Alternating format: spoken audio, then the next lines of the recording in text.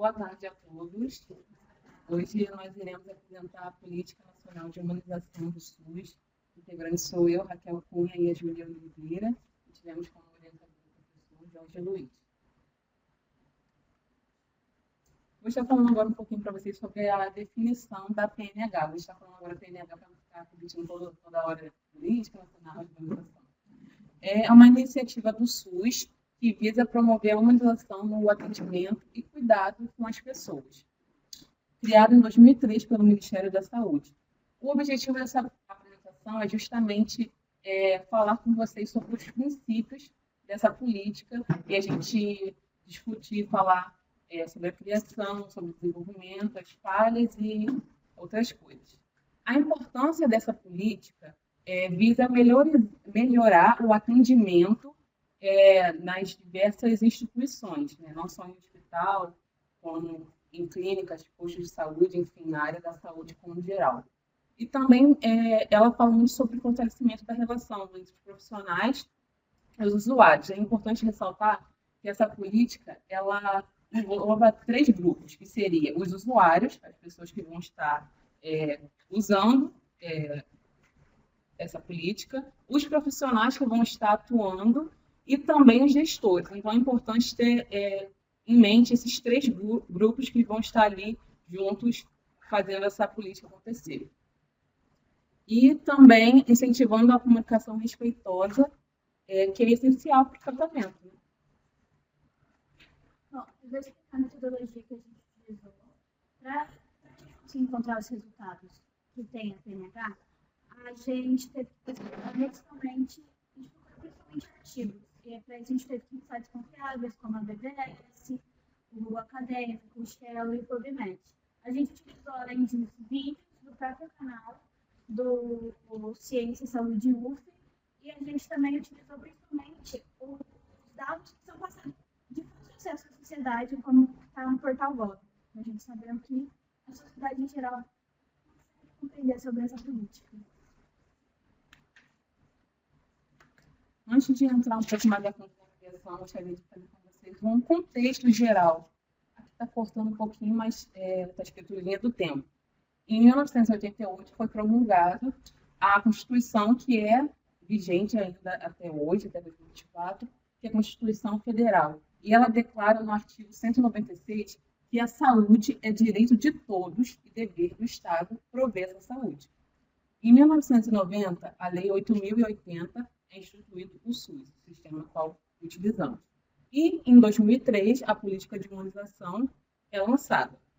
Então, essa política, ela visa reiterar a gestão, o cuidado em saúde, a ampliação desses cuidados. E 2 elementos chaves para a criação dessa política foi o quê? A precarização do cuidado. A gente conhece muito os debates que estão em volta dessa política e de outras. Então, a precarização do cuidado no SUS, principalmente, foi um dos elementos para colocar essa política em pauta. E também os problemas da gestão, como eu falei anteriormente, usuário, profissional e gestão. Então, a gestão, os problemas, as problemáticas que estão envolvidas possibilitaram a criação da PNH. Então, a PNH busca transformar todo esse cenário para que haja uma maior efetividade. Bom, as bases da PNH que a gente tem como principal para ter uma efetividade, a gente tem que trazer a transversalidade. Porque não adianta a gente ter a organização dentro de um setor somente do atendimento. Não adianta você chegar e ter um atendimento bom na recepção, na hora que você tem uma alta, você não conseguir ter um atendimento de qualidade, você não conseguir saber os cuidados que você tem depois, em casa, os cuidados de qualquer área. Todas as áreas têm que funcionar igualmente. A gente também tem que ter responsabilidade entre atenção e gestão. Não adianta ter uma gestão, a gestão ela somente é eficaz quando ela tem atenção também nos profissionais e nos usuários. Então, tem que ter essa comunicação para formar um ambiente de melhor qualidade e o protagonismo que a gente busca, principalmente nos usuários. Então, para o usuário ele ter um melhor retorno no próprio atendimento, na parte de seguir o seu tratamento, ele tem que estar inserido nas tomadas de decisões, saber se ele vai querer aquilo, qual é as necessidades dele, A responsabilidade também é sobre a gestão. Então, para uma gestão ser eficaz, ela tem que ter a conversa entre os funcionários e entre os usuários, porque a gente às vezes fica fixado naquela visão que a gente acha que é o ideal, e quando você vê a visão do outro, talvez o que você queria não era necessário. Então, precisa dessa corresponsabilidade, e a autonomia dos sujeitos coletivos visa que cada setor de saúde, em uma região, ela tem que ter que os indivíduos eles venham e falem, e eles estejam abertos para a escuta, para saber, tipo, essa população tem mais uma maior necessidade nisso, a gente tem que investir nisso para essa população, que é diferente da outra. Não pode ser todos os sistemas de saúde todos iguais, porque cada população tem as suas necessidades, então a gente precisa desse espaço de diálogo e participação para melhoria. Qual grupo a lei quer favorecer? No geral, são os usuários do SUS, que são a população de baixa renda que mais utiliza esse sistema. E também os profissionais, na questão da infraestrutura, carga horária, quantidade de profissionais e gerência. A questão da infraestrutura é um ponto bem crucial, porque muitas vezes são levantadas instituições, mas não tem a infraestrutura necessária para atender. Então, a lei quer favorecer nesse sentido. Também a questão da carga horária, que é muito comentada, inclusive ainda está sendo comentada pela lei, sobre as horas que o enfermeiro, por exemplo, já que é a nossa área, tem que trabalhar. E a questão do descanso. Você não pode trabalhar horas seguidas e não ter um descanso. Então, também é uma parte que a lei fala. E a quantidade de profissionais. Uma instituição grande, um hospital, uma clínica, um posto de saúde, precisa ter a quantidade mínima, pelo menos, para que possa atender aquela população de forma efetiva. E a gerência, que é o ponto também muito importante sobre a delegação de várias coisas que nós vamos comentar mais à frente, eu não vou entrar em detalhes agora, mas que é um ponto muito fundamental. Bom, a aplicabilidade no SUS, a gente tem que visar as ações que fortalecem a relação entre os profissionais e usuários, incentivando a comunicação clara, escuta qualificada e empatia, que é o que eu trouxe naquela aula que eu falei das bases, porque não adianta o funcionário estar lá, ele está estressado, ele não tem um atendimento de qualidade. Então, para um ambiente saudável, tem que ter essa relação com a gerência também. A individualidade dos pacientes e a criação de espaços de diálogo para a participação ativa dos estudantes do tratamento, que é, de novo, o protagonismo. A gestão e organização dos serviços de saúde, estimulando a valorização dos profissionais. O acolhimento, a gestão participativa por gestão. A ambiência, que é um que eu ainda não falei, que a ambiência a gente não pensa só na infraestrutura do lugar, mas também um ambiente emocional e acolhedor. Então, para a gente ter uma aplicabilidade que funcione, a gente tem que estar inserido num lugar que a gente vai ter um conforto, uma privacidade no nosso atendimento, uma confiança entre o usuário e o profissional, a empatia, a participação e a inclusão nas tomadas de decisões, a valorização do trabalhador e a defesa dos direitos do usuário. E com a aplicabilidade e ela funcionando adequadamente, os resultados que a gente busca presenciar é a redução das filas, do tempo de espera, o atendimento acolhedor resolutivo, a garantia dos direitos do usuário, a valorização do trabalho na saúde e a gestão participativa no serviço de saúde. Então, como que é exercido essa lei na enfermagem? Eu queria deixar também bem claro, também não falando anteriormente, mas o próprio Ministério da Saúde, que foi o Paulo também, aplicou essa lei. Ela diz que essa lei é base, ela deve estar inserida em todas as outras, que a gente ainda vai ver nos trabalhos, né? Então, a humanização é uma das bases, precisa estar em todas as outras políticas nacionais de saúde. Um ponto do exercício na enfermagem é em relação profissional-usuário. A comunicação, que é um desses pontos, primeiro que nós colocamos aqui, é fundamental para compreender todo o processo que está acontecendo. Se você, como enfermeiro, está lidando com um paciente em determinada situação e você não utiliza uma comunicação realmente efetiva, as coisas vão se perder no meio do caminho. E tem troca de plantão, tem vários outros fatores, e que se não houver uma comunicação real, entender de verdade o que está acontecendo naquele cenário, vai tornar coisas muito ruins e complicadas. Também temos a escuta atentiva. Ouvir é uma coisa, escutar é outra. Ouvir, a gente é uma coisa mais biológica, a gente vai estar ouvindo. Agora, escutar de verdade é prestar atenção no que está sendo dito pelas pessoas a qual você está lidando. E isso é um ponto muito importante. Entendimento, entender a complexidade do que está acontecendo no local. E empatia, que é um ponto muito valioso para o cuidado de saúde. Se você utiliza a questão de se colocar no lugar do próximo, você vai estar refletindo o que tem dentro de você para o outro. Então, se você é um bom profissional, você vai estar transmitindo boas práticas. E assim, ao exercício da empatia, vai estar possibilitando você fazer um serviço bem feito, uma atenção bem aplicada. Também temos a qualidade do atendimento, a estrutura física da instituição, como eu falei anteriormente. É necessário que tenha. Se não tiver uma mobília, se não tiver um equipamento que funcione corretamente, como que você vai poder atender as pessoas? Então, a lei atua nisso, falando e enfatizando a necessidade disso. Jornadas de trabalho, que eu também falei anteriormente, é muito importante que o profissional tenha o seu descanso e consiga trabalhar adequadamente.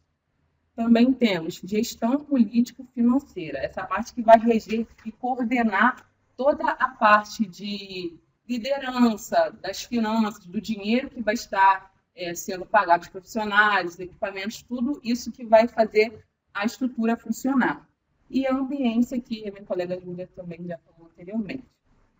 Também temos o cuidado atrelado à humanização, relacionamento interpessoal. Como desde a faculdade, desde que a gente entrou na universidade, muitos professores falam, nós não vamos atuar sozinhos, vamos sempre atuar em equipe. Então, o relacionamento interpessoal é primordial. Eu tenho que pensar em como eu vou lidar com a minha equipe. E para que isso tenha um trabalho bom.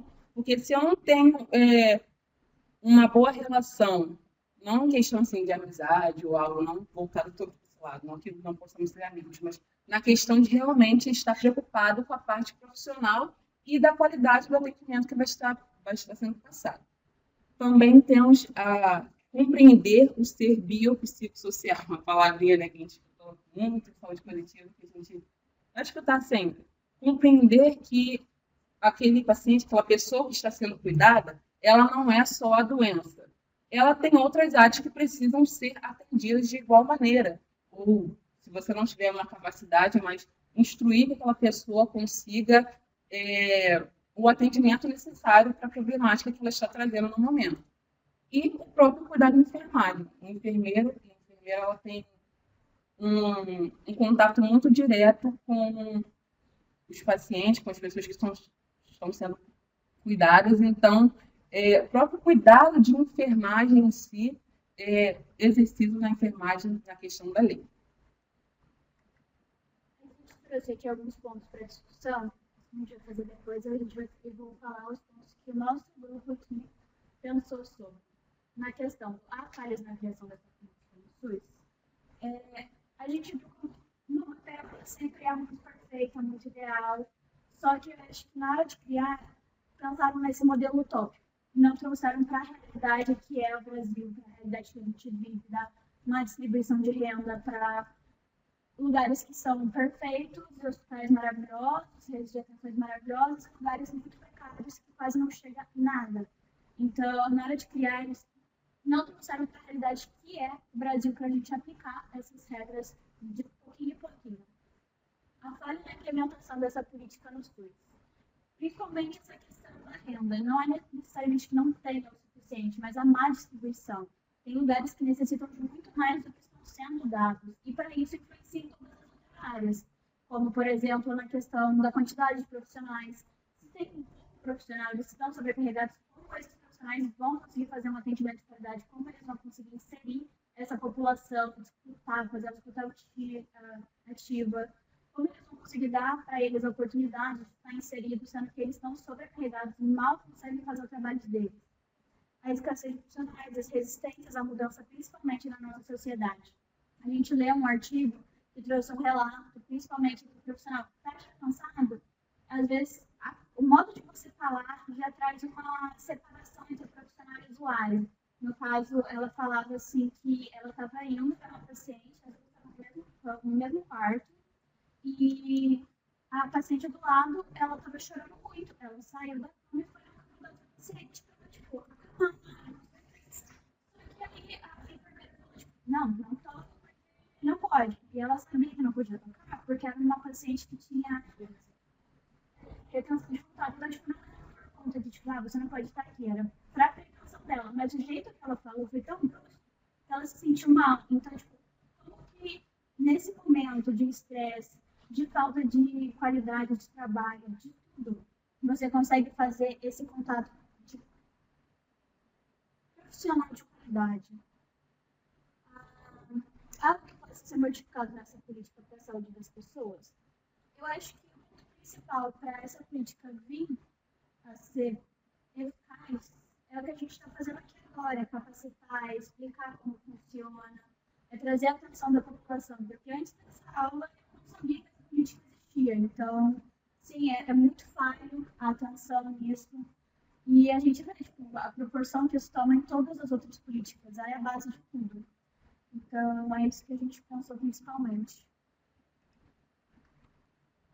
Então, concluímos que ela foi criada para pôr em prática os princípios do SUS, que dois são universalidade, integralidade e outros. Implementado desde 2003, então tem 21 anos dessa política que está vigente. A aplicabilidade tem falhas na estrutura, como falamos aqui ao longo da apresentação, na gerência e nas relações sociais também. E o enfermeiro atua realizando cuidado interpessoal. O enfermeiro que é uma área muito multidisciplinar, né, que atua fazendo isso. Aqui estão algumas das nossas referências que nós utilizamos. A gente recomenda a leitura de alguns artigos que realmente trouxe muito conhecimento. A gente foi buscar para fazer o trabalho e também assim, foi uma leitura prazerosa mesmo. Sim, foi uma leitura muito boa. E chegamos ao final, agradecemos pela atenção.